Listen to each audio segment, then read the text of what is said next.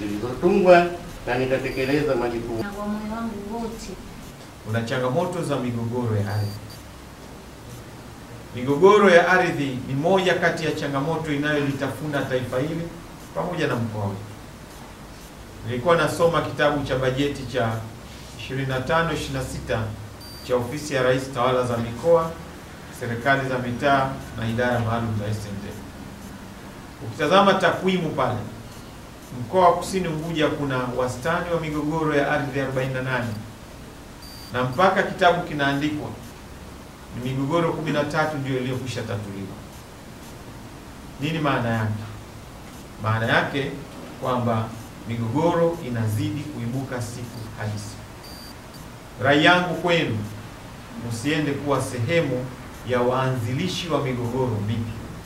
Badala yake mkawe sehemu ya utatuzi wa migogoro iliyo.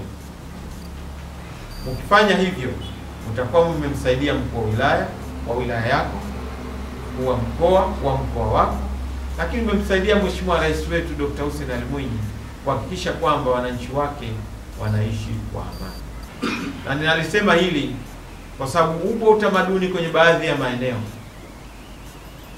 ile continuity ya serikali kama kwamba inaonekana haipo. Akija mwingine kama imeanza upya kuzaliwa hiyo serikali, ni ile ile. Penye kasoro tunarekebisha, palipopatiwa tunaendeleza. Ndio serikali. Maana hiyo inatokea ile.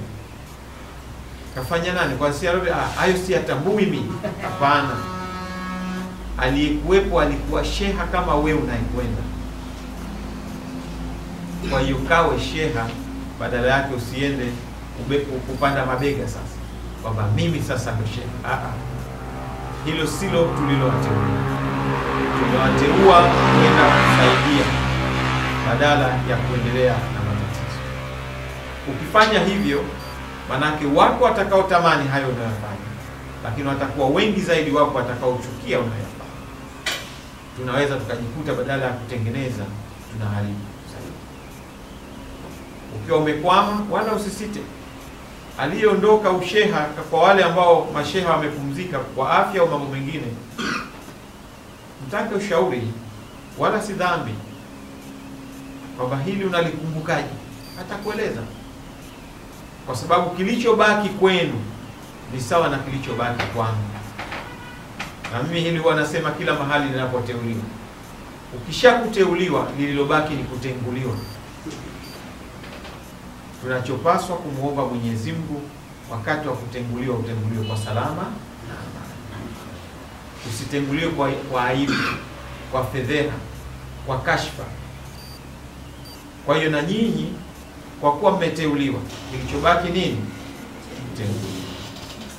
Hilo mlijue kuanzia leo, na mkilijua hilo, basi utakuwa na amani wakati wote. Ukianza kuvaa ule uteuzi, unaweza ukaishi kwa taabu kidogo. Kwa hiyo tunatakia kila laheri katika utumishi wenu mpya.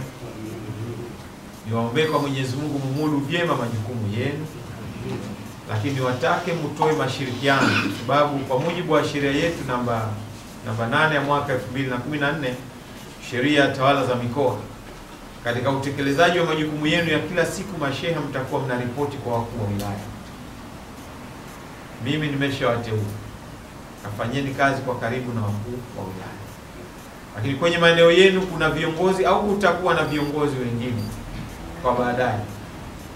Wapo viongozi wa kisiasa ambao watakuwa madiwani, wabunge na wawakilishi, na wao pia mfanye nao kazi vile vile, kwa sababu na wao watakuwa ni viongozi wa wananchi. Nyinyi wa kuteuliwa wa serikali, wao wa kuchaguliwa na wananchi. Natoa shukrani za dhati kwa mkoa wetu wa Kusini kwa kuweza kutuchagua ili kuendeleza kijiti kwa wale waliokiacha, na tunaahidi Mheshimiwa, kwa uwezo wetu wote na uadilifu mkubwa tutatekeleza kazi hii kwa uzuri na ufanisi inshallah. Na hatuna budi kwa niaba ya wenzangu kutoa shukrani zetu tena za dhati kwa uongozi wote wa mkoa, wilaya wote mbili kwa kuhudhuria hapa na kuweza kutuona kwamba sisi ndio tuweze kuendeleza na kushirikiana na masheha wenzetu katika kazi zetu hizi mpya, na inshallah tutatoa ushirikiano na tutaomba masheha wale wa zamani, tutaomba watuongoze ili tusende upande wa kushoto, twende upande wa kulia. Maana mawaidha yote yaliyotupa tutafanyia kazi na tutaahidi kushirikiana na masheha wenzetu, yani kupewa mwongozo wa kazi, na tuwe tayari kukubali kukosolewa na kushauriwa katika